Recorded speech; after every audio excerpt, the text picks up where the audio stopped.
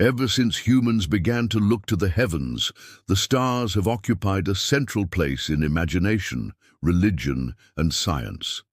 Ancient peoples saw them as deities and signs of destiny. The Babylonians traced their trajectories on clay tablets, establishing the first forms of astronomy and astrology. The Egyptians aligned their pyramids with specific constellations, connecting stone monuments to the celestial movement. The Mayans and Aztecs constructed calendars of astonishing precision, capable of predicting eclipses and solstices. For these civilizations, the sky was an open book revealing hidden secrets, and observing the firmament was a way to participate in the order of the cosmos. In classical Greece, philosophers sought a more rational explanation. Pythagoras believed in a mathematical harmony in the heavens. Aristotle defended the circular perfection of orbits. Ptolemy consolidated the geocentric model, placing the Earth at the center of concentric spheres.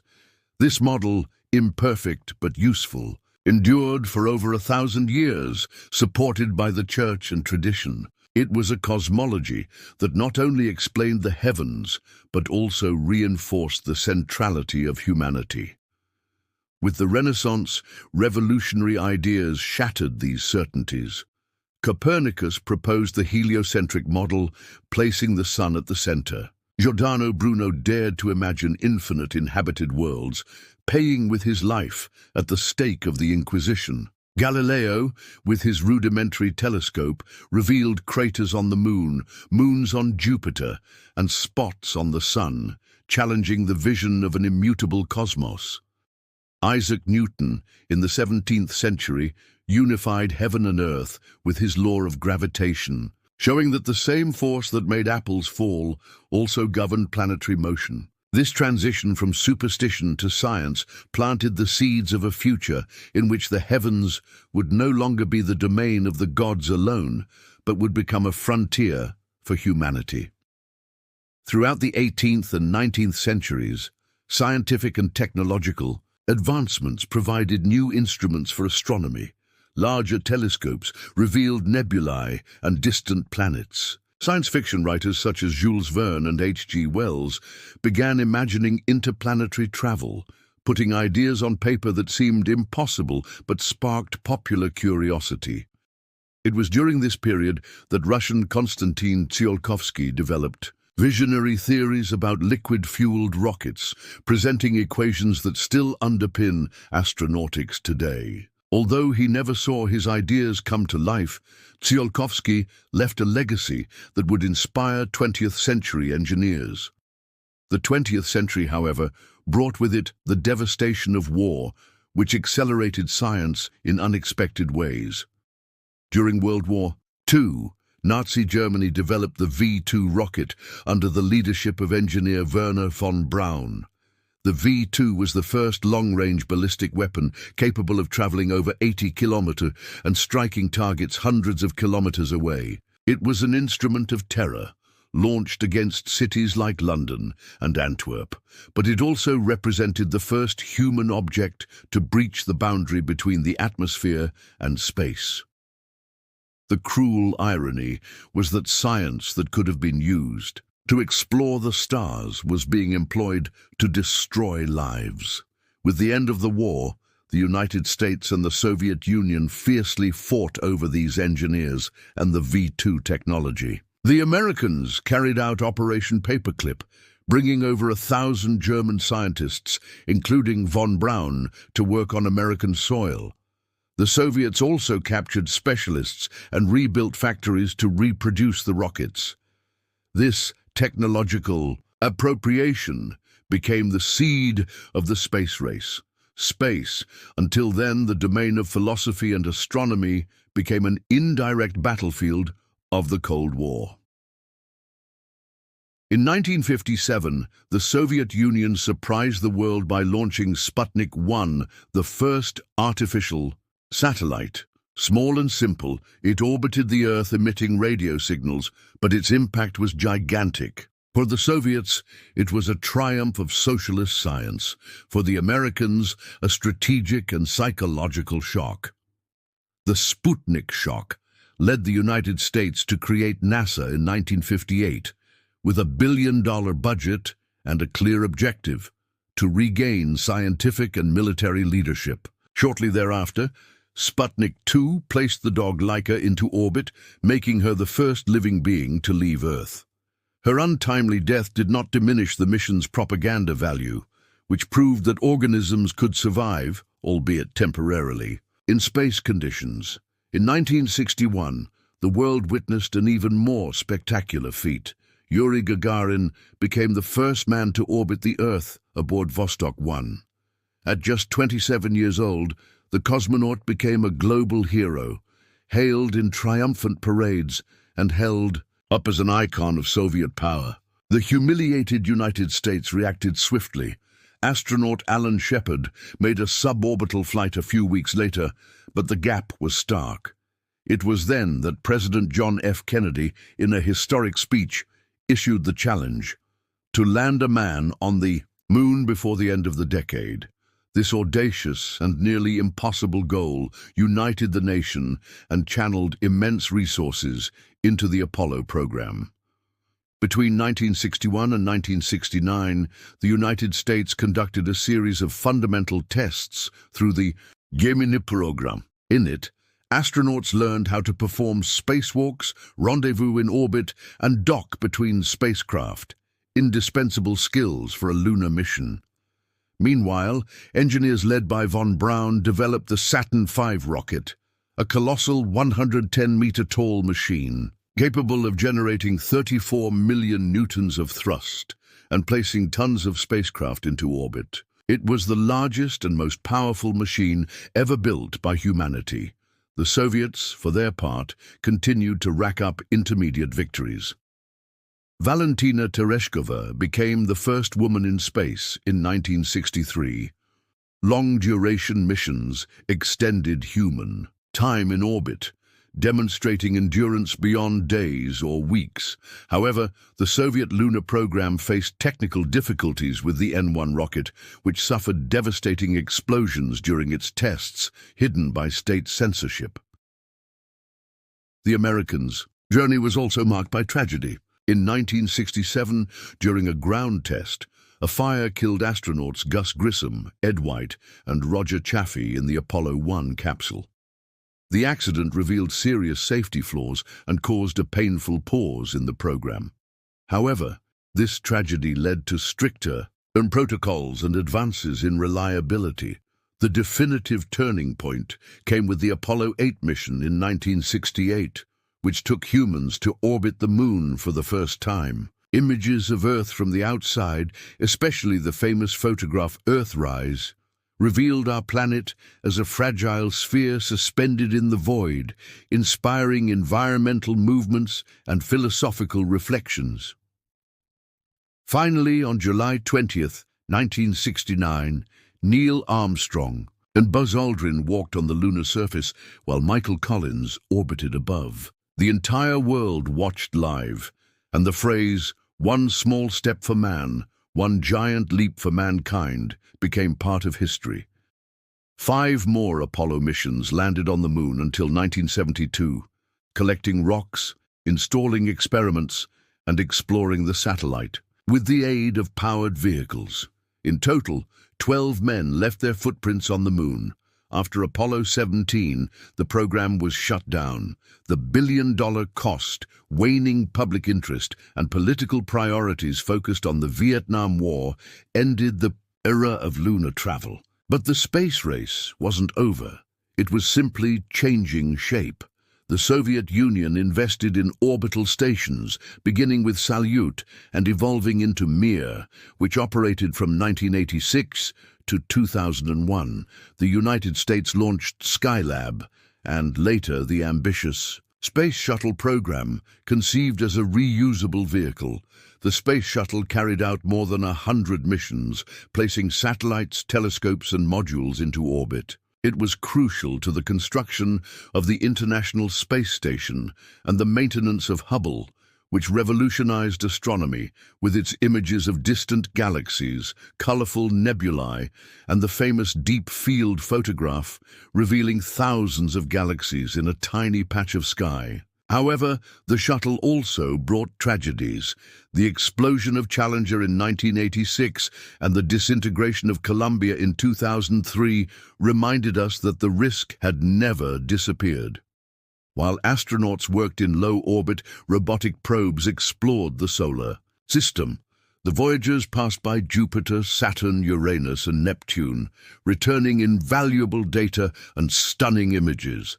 Decades later, both crossed the heliosphere, becoming the first human objects to reach interstellar space. The Cassini probe explored Saturn and its moons for over a decade, revealing methane seas on Titan and water geysers on Enceladus, potential habitats for life.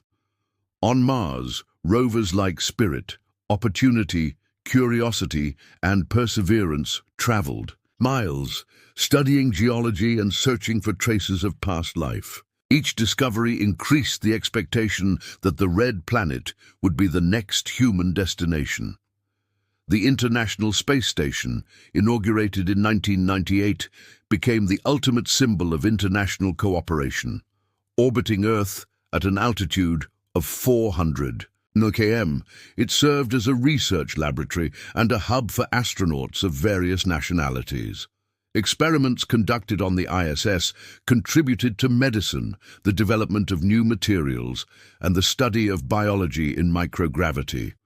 More than that, they demonstrated that humanity could work together in space despite political differences on Earth.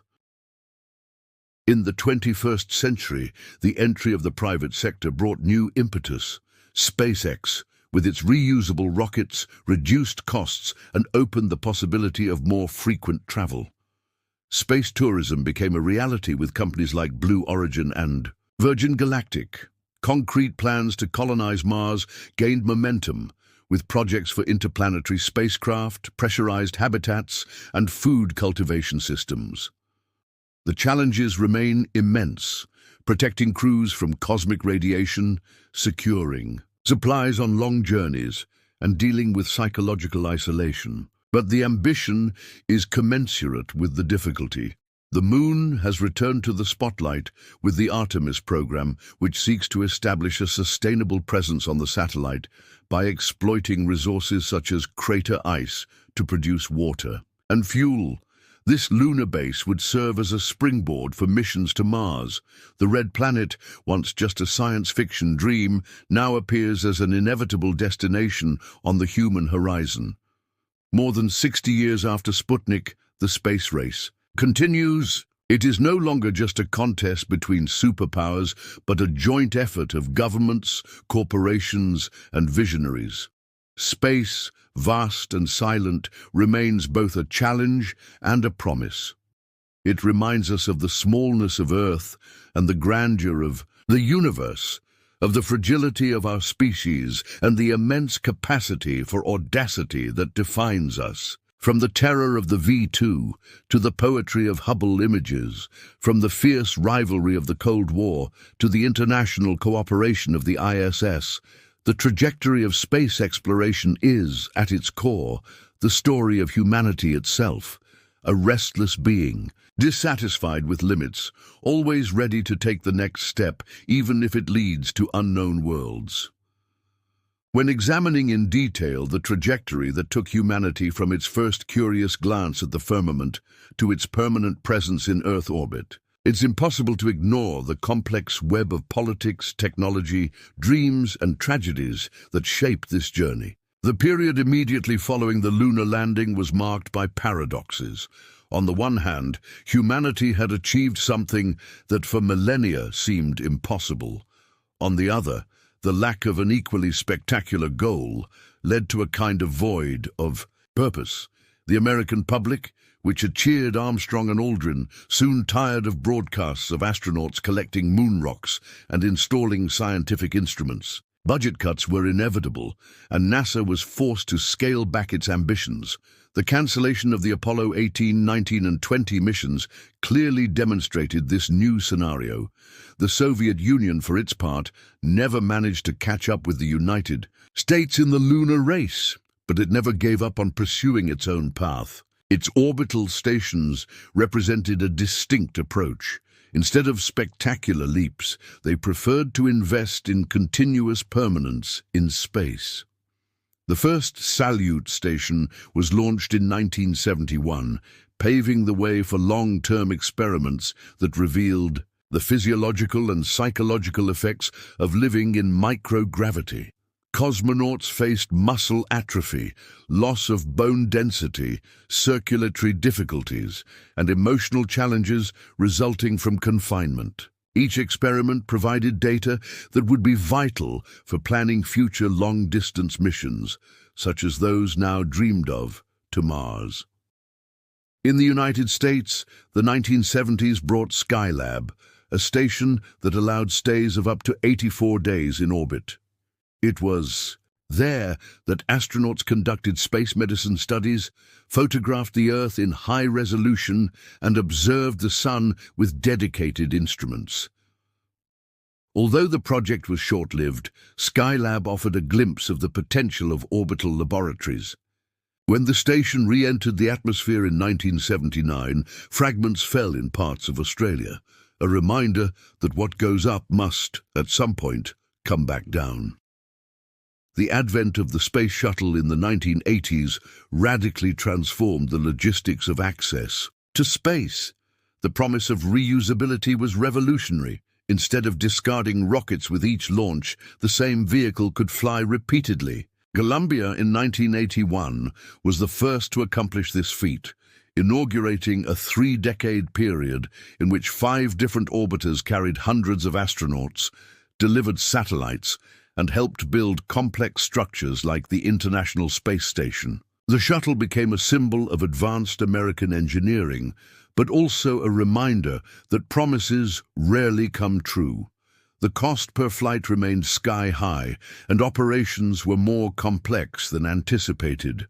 Even so, the shuttle enabled the installation and maintenance of the Hubble Space Telescope, which revolutionized astronomy by revealing the universe in unprecedented detail. The ability to send astronauts to repair Hubble in orbit was one of the program's highlights, demonstrating the versatility of a manned spacecraft.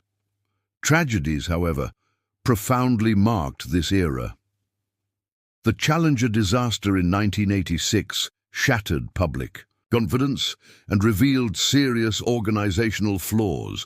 The Columbia disaster in 2003 brought back the pain of loss and demonstrated that even decades of experience do not eliminate the inherent risk of crossing the atmosphere in such delicate vehicles. Each accident provoked reflections on safety, organizational culture, and the limits of haste in space missions. Meanwhile, the Soviet Union continued with the Mir station, launched in 1986. Mir became the first modular space station and remained in operation until 2001, being inhabited almost continuously. It was the scene of impressive records, such as cosmonaut Valery Polyakov's 437-day stay. It was also the scene of serious incidents, including collisions with cargo vehicles and power failures that led to near catastrophes. But despite the difficulties, Mir proved that life in space for long periods was possible, paving the way for today's ISS. With the end of the Cold War, international cooperation became more viable. The International Space Station, inaugurated in the late 1990s, symbolized this new spirit. Each added module represented the contribution of different nations, uniting efforts previously divided by ideological rivalries. The ISS allowed thousands of experiments to be conducted, from the behavior of fluids in microgravity to the growth of plants and human tissue. It also served as a training ground for astronauts who, in the future, would face the challenge of spending years on interplanetary travel.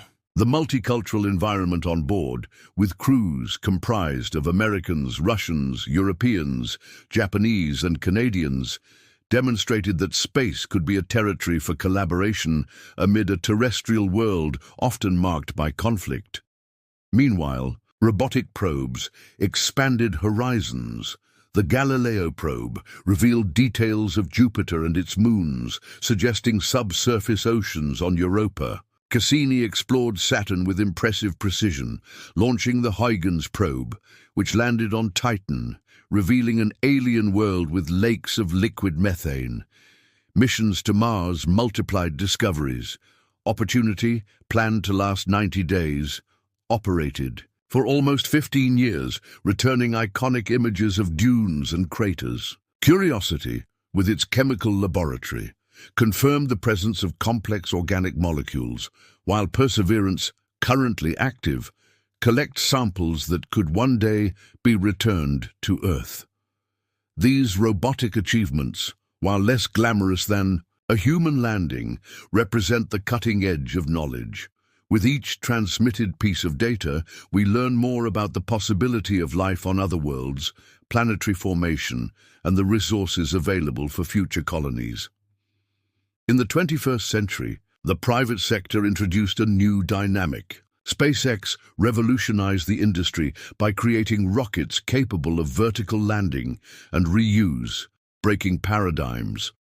The image of a Falcon 9 gracefully returning to an ocean platform became a symbol of a new era. Elon Musk's plan to colonize Mars, although still distant, has revived the enthusiasm that seemed lost since the Apollo era. Blue Origin, Virgin Galactic, and other companies are also investing in space tourism and new technologies, creating a diverse ecosystem of initiatives. NASA's Artemis program symbolizes a return to the moon, now with the intention of establishing a sustainable presence. Lunar bases could serve as testing grounds for ice mining technologies, indoor farming, and construction with local resources. The moon is seen as a stepping stone to Mars, offering the possibility of producing fuel from greater ice and testing long-term habitation systems. Mars, in turn, represents the next epic leap. The challenges are enormous. The average distance of 225 million kilometers requires months of travel. Cosmic radiation threatens health. Reduced gravity can have unpredictable effects on bones and muscles, and psychological isolation tests the human spirit. But the same obstacles that make the goal nearly impossible are also what make it irresistible. Mars is not only a scientific objective, but also a symbolic one. It represents humanity's definitive expansion beyond Earth. In parallel with these immediate goals, astronomy is looking even further afield. The James Webb Telescope is already revealing exoplanets with complex atmospheres, searching for chemical signals that could indicate life. Planned missions to the moons of Jupiter and Saturn aim to drill through ice layers and explore subsurface oceans. Future interstellar probes could go beyond current reach, sending messages and data from the most remote frontiers. Every space conquest is accompanied by philosophical and ethical reflections. Space is a mirror. We project both our ambition and our limitations onto it.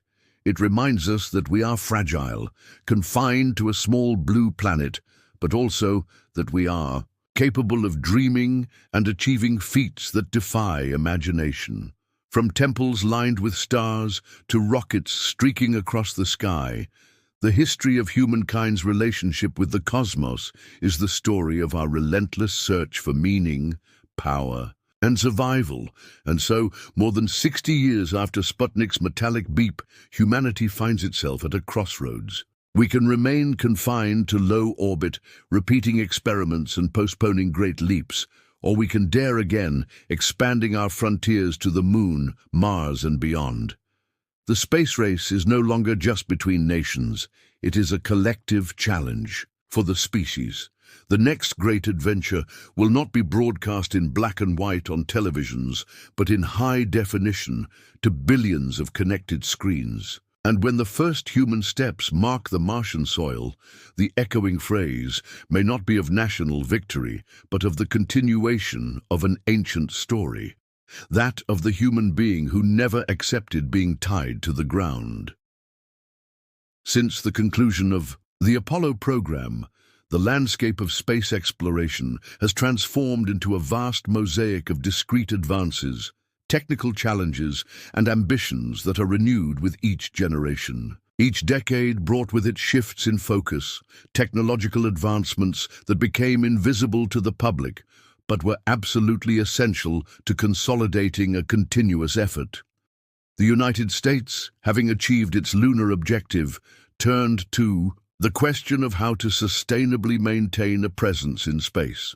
The Skylab program, still in the 1970s, was an orbital laboratory that allowed extended stays and in-depth studies of physiology in microgravity. Astronauts observed the Sun, Earth, and the cosmos from a privileged vantage point, and the data collected provided invaluable information for space biomedicine. This learning, however, came with logistical limitations. An isolated station, supplied by sporadic launches, was vulnerable and limited in its expansion capacity. When Skylab re-entered the atmosphere in 1979, its fall on Australian soil was symbolic of the end of a phase that, although short, opened the door to the notion that space should be occupied continuously. Meanwhile, the Soviet Union was advancing. Its own stations, the Salyut, which served as a testing ground for increasingly longer missions. There, pioneering experiments in biology, chemistry, medicine, and astronomy were conducted in microgravity.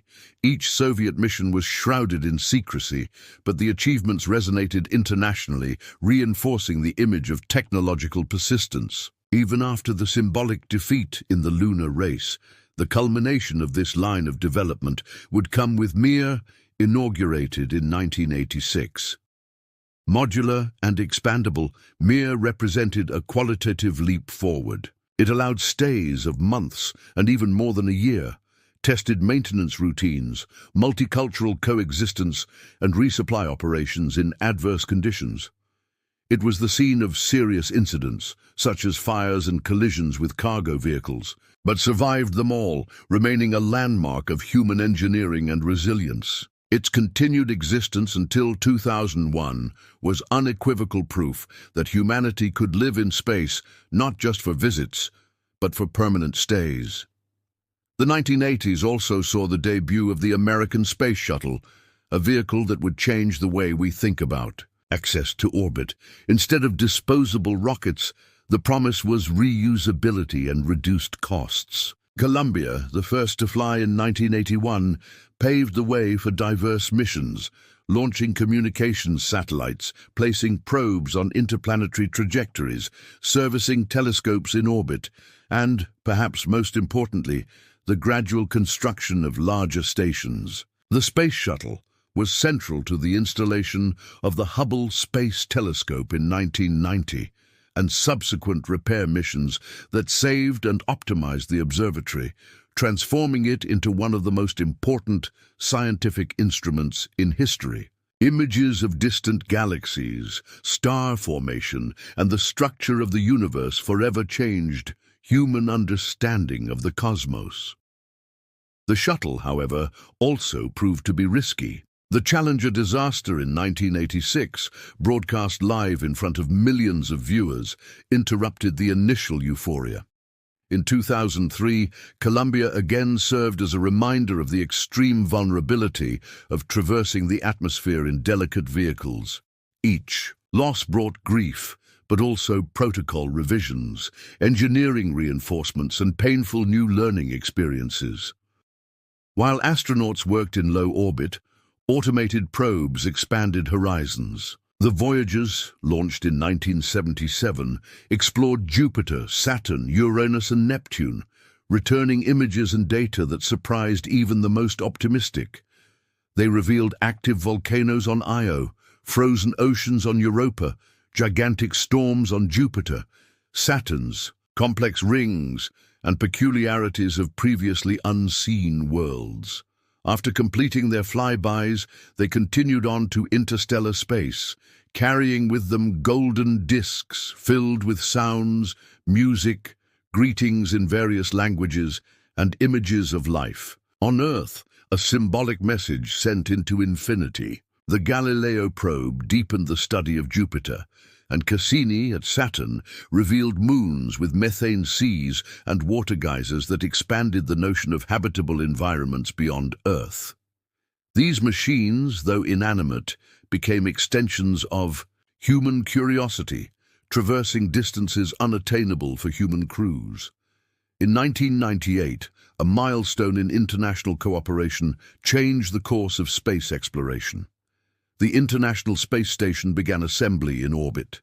Each module launched represented a nation's contribution, gradually forming a structure the size of a football field. Since then, it has been continuously inhabited, serving as a scientific laboratory, a technological outpost, and a symbol that space can be a terrain for collaboration even between countries with political disputes on Earth. Experiments conducted on board range from plant growth to research in regenerative medicine and particle physics. The CSS also serves as a training environment for future long-duration voyages, simulating some of the challenges of living confined for months in extreme conditions. Multicultural coexistence, with astronauts and cosmonauts sharing tasks, meals, and celebrations, has become a consolidated part of everyday life, becoming an example of how humanity can transcend political boundaries when faced with a common challenge. Missions to Mars, initially robotic, intensified with the arrival of the rovers.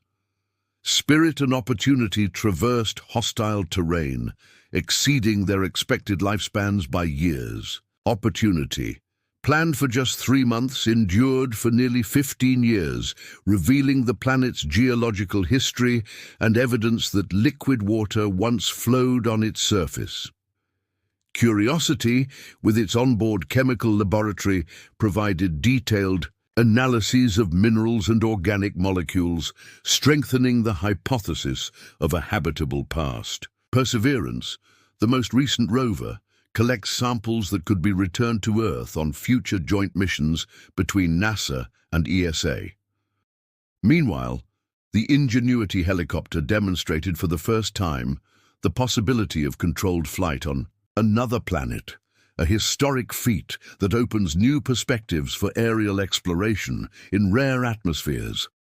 While deep space was explored by machines, the 21st century witnessed the decisive entry of the private sector. SpaceX, by recovering and reusing rockets, broke down cost barriers and revived the vision of rapid progress.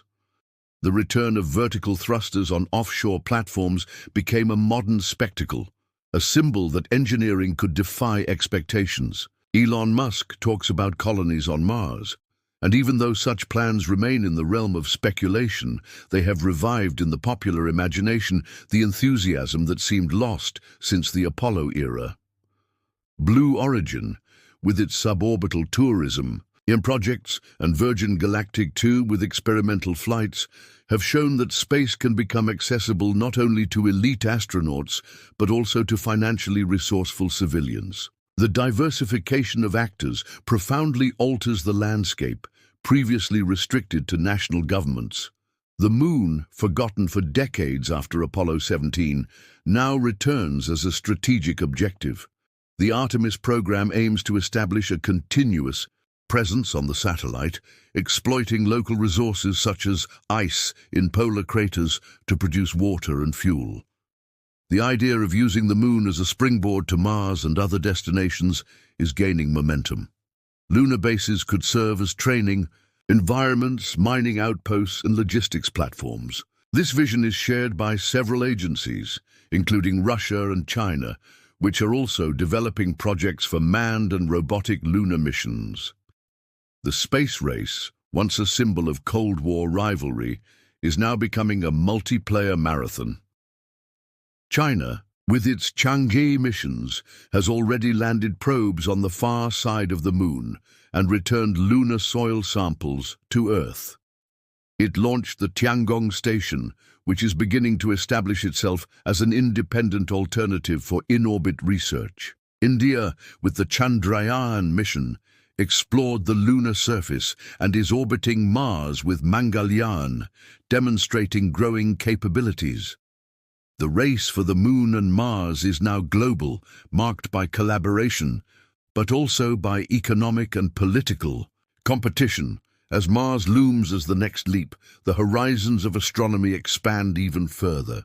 The James Webb Space Telescope, launched in 2021, has begun revealing unprecedented details of exoplanets, analyzing their atmospheres for chemical signals that could indicate life.